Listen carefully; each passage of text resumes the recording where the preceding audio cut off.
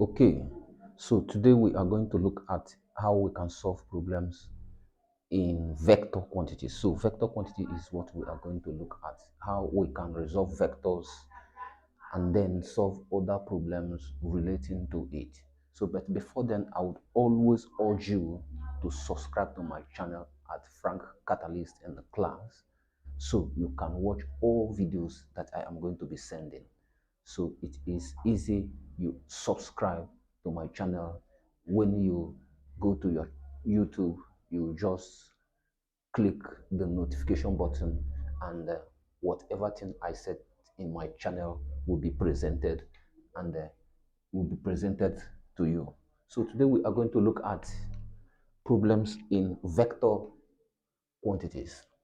So in solving problems in vector quantities, vectors, solving problems in vectors. So there are things that we needed to do, there are things we need to know, there are things we need to do, and we won't have any problems whatsoever in solving problems regarding vectors. So I will lay down the foundations on how to solve problems on this, and then after that we are now going to be picking questions one by one and then trying to solve all of that. So that is how we are going to be doing it. So in solving problems in vectors, all we need to do is that we need to know the cardinal points. The cardinal points.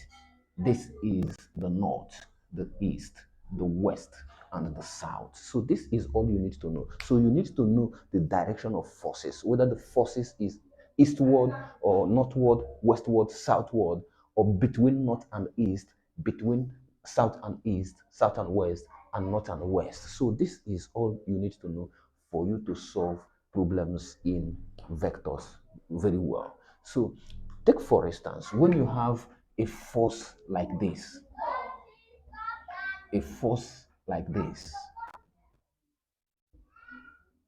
So if we have a force like this is 60 degrees, this is 40 degrees, and then this is another force. So this is maybe mg,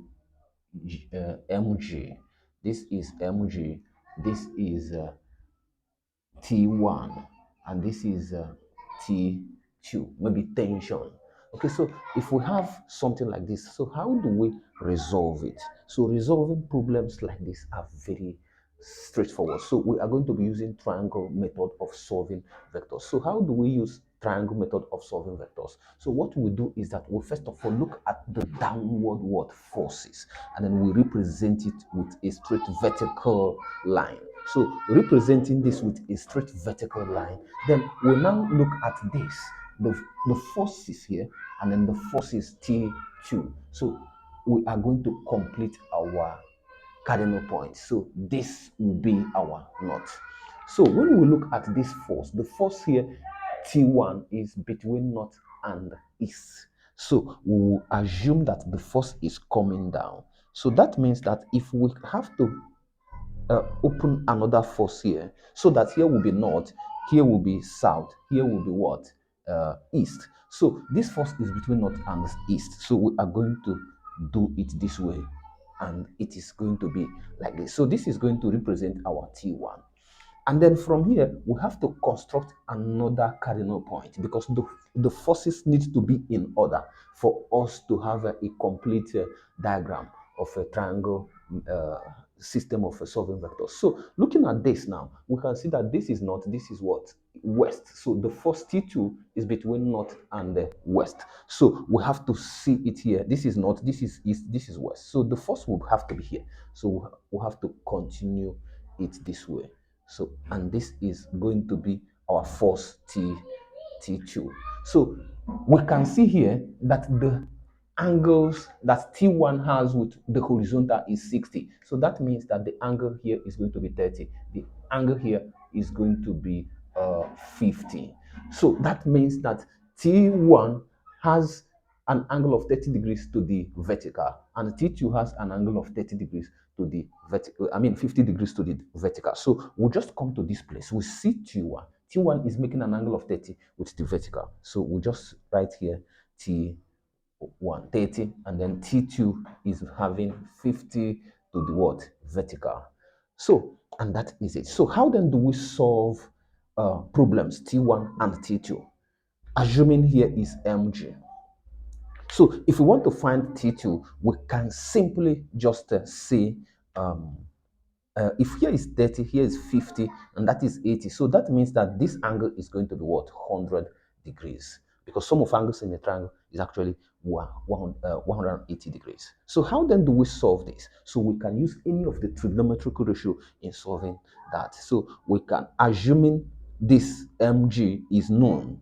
So what we are going to do is that we can just use maybe sine rule, cosine rule in solving any of the problem. So depending on how we want to solve it. Take for instance, we want to solve this one. We'll just use maybe sine 50 over t1 is equal to sine 100 all over mg. So if mg is known, then we can use it to find t1. Remember, it is also equal to 30 sine 30 over T2. So we can use any of that if they are known in solving problems here. So, and that is why triangle method is always the best method in solving any problem relating to three forces acting at a point. So with this, we will have to end here, and then we are going to see